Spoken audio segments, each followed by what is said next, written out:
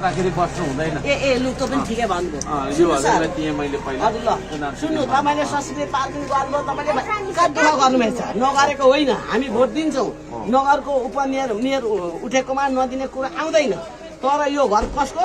आलेको भने जस्तो यो घर शहीदको घर हो तर तपाईँ मैले माथिबाट हेर्दाखेरि तपाईँ त्यो बाटोबाट हलो हलो मलाई भोट दिनु भन्दै जानुभयो मेरो बुढोले तपाईँलाई चिन्नुहुन्छ भोट हामीले दियौँ पहिले माग्दाखेरि हाम्रो अफिसमा काम के अरे पढ्ने विद्यार्थी हो भन्नु बुढोले हामी दुईजना बुढाले दियौँ भोट तपाईँले हामीलाई चिन्नु न मैले चाहिँ चिने हल्का साम्पाङ मानेर है पहिले मैले त चिनेको थिएन बुढोले यो हाम्रो अफिसको विद्यार्थी हो महिला कलेज पढ्नुभएको रहेछ तपाईँ पनि अनि भनेर नि भोट दिउँ त्यो भोट त तपाईँलाई थाहा भएन हामी त मान्छे चिन्यौँ अनि तपाईँले काम पनि राम्रै गर्नुभयो फोटो पनि नखिच्नु यो वास्तविक होइन फोटो खिच्न म मरेकी छुइनँ अनि चिन्नु सम्बन्धित कुरा चाहिँ के गर्नु हो भनेदेखि यो शहीदको घर हो मेरो छोरो जनार्दन शहीद भएको अनि तपाईँलाई त भन्नै पाइनँ मैले म यहाँबाट सर के अरे तपाईँको त मेयर पनि हुनुहुन्थ्यो अब सर पनि भन्नु हो दाइ भाइ यता हेर्नु भन्दैछु तपाईँ त हलो हलो हलो हलो गर्दा भुइँ मान्छेबाट हिँड्नुभयो तपाईँ मैले आफ्नो कुरा भन्नै पाइनँ होइन अगाडि माग्दा हिँड्दा कि यस्तै गरी माग्दा हिँड्दाखेरि घरमा आएर बसेन म भोट दिन्छु बाटोबाट हालो हालो हालो कलै टक्रेर भोट तर तपाईँ चाहिँ विद्यार्थी भएको नाताले बुढोले चिनेको छ दिउँ भोट होइन त्यो राख्नु अब अर्को कुरा त्यस्ता कुरा पनि छोडिदिउँ मेरो छोरो जनार्दन शहीद भएको अनि त्यो तपाईँको उपमेयर चाहिँ यहाँ आएर उपर खुट्टी लाएर यो उम्रा गरेर अनि पऱ्यो छवियाल कटेलको घर यो छवियाल कटेलकी श्रीमती जमुना कटेल यो कटेल परिवार सुशील कटेल डाटा टिपेर गर्नुभयो यो बाटो 7 दलका मान्छेले पारित भएको सुशील मार्ग हो यो बाटो अनि यहाँ एकजना चम्चाले अब चम्चा भन्नु न कसैलाई चम्चाले चाहिँ विरोध गर्दा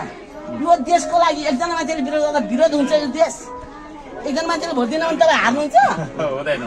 तपाईँसँग पछि कामले लागेका छन् मान्छे भनेदेखि तपाईँ स्योर भोट दिनुहुन्छ नि काम गरेर देखाउनु तपाईँले भोट माग्नु यसो गर्न आउनु पर्दैन उल्टै तपाईँलाई भोट ओके जानु भन्नुहुन्छ हामी काम गरेर देखाउनु पर्यो त्यो व्यक्तिगत मलाई चामल मागेको छुइनँ मलाई लाख रुपियाँ दिए भनेको छुइनँ मलाई खाना खाँचो छैन तर देशको लागि सहिद भयो देशको लागि सहिद भएपछि देशको लागि सहिद नभएको भएदेखि यो राजाले शासन छोडिदिन्थ्यो लु हल्का साम्पाङ लिस भनेर दिन्थ्यो राजाले दुनियाँका छोराले रगेर खोला बगाएर दुनियाँका आइमाको सिन्दुर पुछ्यो दुनियाँका छोरा मरे आमाको काखरी त्यही भयो कसैका लोग्ने मरे स्वास्नीको सिन्दुर पुछ्यो त्यति गरेर हत नेपालको जनता मरे भनेर राजाले 12 बजे राति घोषणा गर्यो गरेर 26 गते घोषणा गर्यो 27 गते मेरो छोराले गोली लागेको थानामा किन पञ्चायती व्यवस्थाका मान्छे किन थुनेको भनेर यो हात्तीसार क्याम्पसका पिनेसर क्याम्पसका मान्छे डेलिगेसन गएको थिएन क्याम्पमा त्यो थानामा अनि मेरो छोरो चाहिँ म जस्तै राम्रो थियो राम्रो त छुइनँ म तर म जस्तै थियो त्यस्तै छोरो अनि त्यही मेरो छोरो जोशी हो अनि अब उता क्याम्पसका त ठुल्ठुला भएका विद्यार्थीहरू अनि भनेपछि त्यो विद्यार्थीलाई चाहिँ अब उनीहरूलाई चाहिँ थानामा आउँदा के गर्दाखेरि चाहिँ हामीलाई केही पर्छ भनेर चाहिँ हाम्रै सुशीललाई तैनाथ थियो सेना जस्तो मेरो छोरो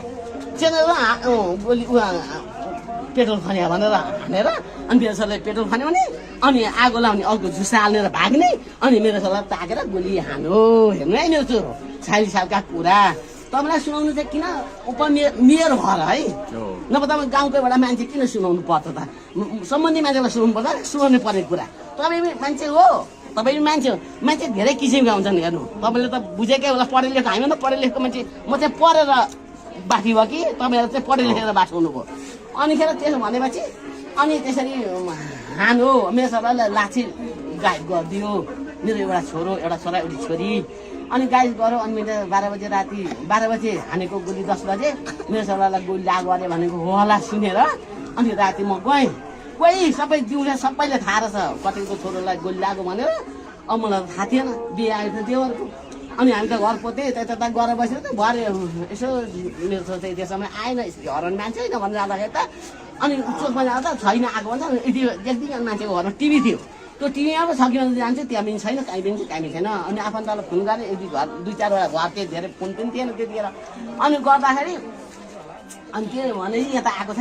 छैन भने अनि त्यहाँको केटाहरूलाई मिल्यो भने हेर्नु मेरो छोरो हरायो गोली लाग्यो अरे धरानमा थानामा बा मेरै छ हो कि क्या हो जाउँ न भन्छु ऊ पनि जान्न भन्छ ऊ पनि जान्न भन्छ ऊ पनि जान्न भन्छ त हेर्नु त मेरो साथीले अनि 5 जना केटाहरूलाई चाहिँ हिँड न अरू बेला त भाउजू भाउजू मात्रै आउँथ्यो त